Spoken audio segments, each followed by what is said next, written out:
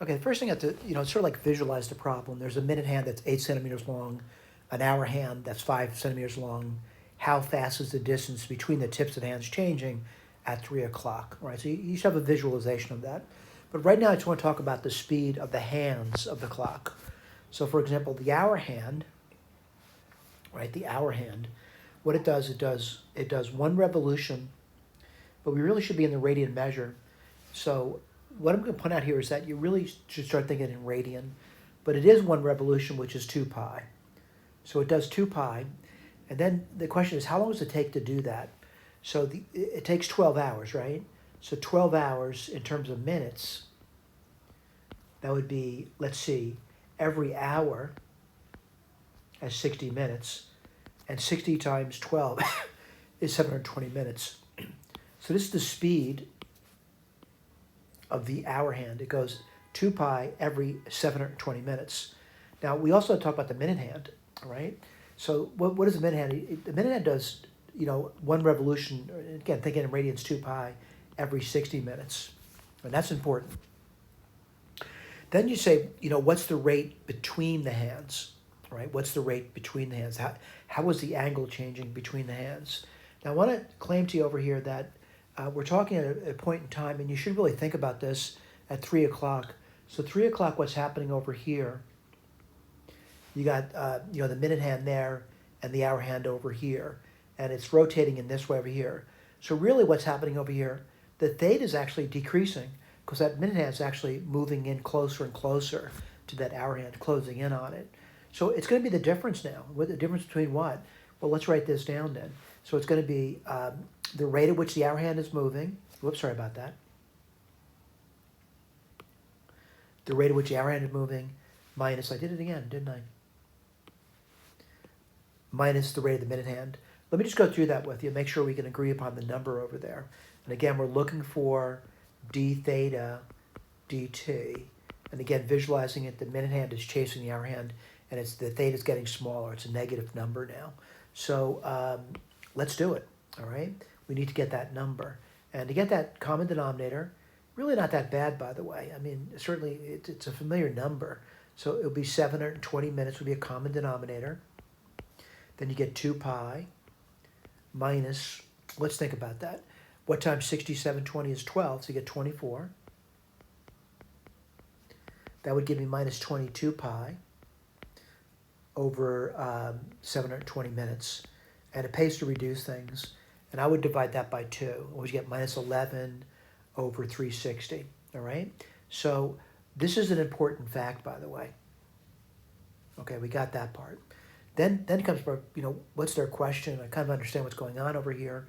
How fast is the distance between the tip of the hands moving? So it's really, this thing over here is the distance between the hands, all right? So you can call it any letter you like. In my notes, I'm calling it the letter X, by the way, all right? So let me get my eraser out, and that X is changing, and certainly it's getting smaller, all right? At 3 o'clock, that distance is getting smaller, by the way. The minute hand's getting closer and closer to the hour hand. So I would use the law of cosines with the understanding that, the theta is over here. It's a relationship. So what's it going to be? X squared. This distance over here, which is 8 squared, plus the hour hand was, the hour hand's 5 squared. These are in centimeters, by the way. Minus 2 times 8 times 5 times cosine theta. Now what happens is a relationship between x and theta. And what you do with that relationship is you differentiate it. Fairly easy to differentiate, by the way. What do you get? On the left side, you get 2x dx dt. On the right side, what do you get? I think there might be a mistake over here. Let me just take a look at it. Oh, no, there's no mistake. 2 times 5 is 10, 80. That's minus 80. Derivative of cosine is minus sine. So yeah, 80 sine theta, d theta dt. Now, someone can say, what are you going to do now?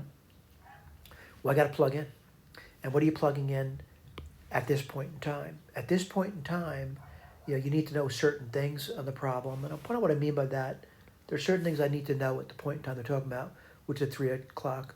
I do know at 3 o'clock, it's a right angle. I know this is 5. I know this is 8.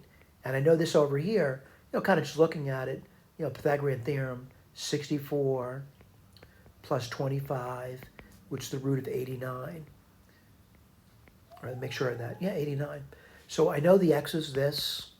I know the theta is 90 degrees. And again, 90 degrees is pi over 2. So I just plug in. Let's do that. What do you get? 2 times, let's see, x is root 89. Dx dt, I don't know that, by the way, is equal to 80. And sine of theta, well, let's see, the sine of 90 is 1. All right, and then what's d theta dt? That's minus 11 pi over 360. All right, and I'm not putting the units down. We'll talk about that a little bit later. And, you know, let's just write it down now. What do you get? You get dx dt, and this is going to be 80 times 11 pi. We'll simplify later. 360. Let's see if I did that right. It's minus 80, 11 pi, 360. Divide by 2. And divide by the root of 89. And what's that going to be? Centimeter. These were given in centimeters, right? Yep. Centimeters per minute. I should simplify that. Let's just take a look at it. And it's kind of, you know, nasty looking, but let's go through it. 2 goes into 80, 40 times.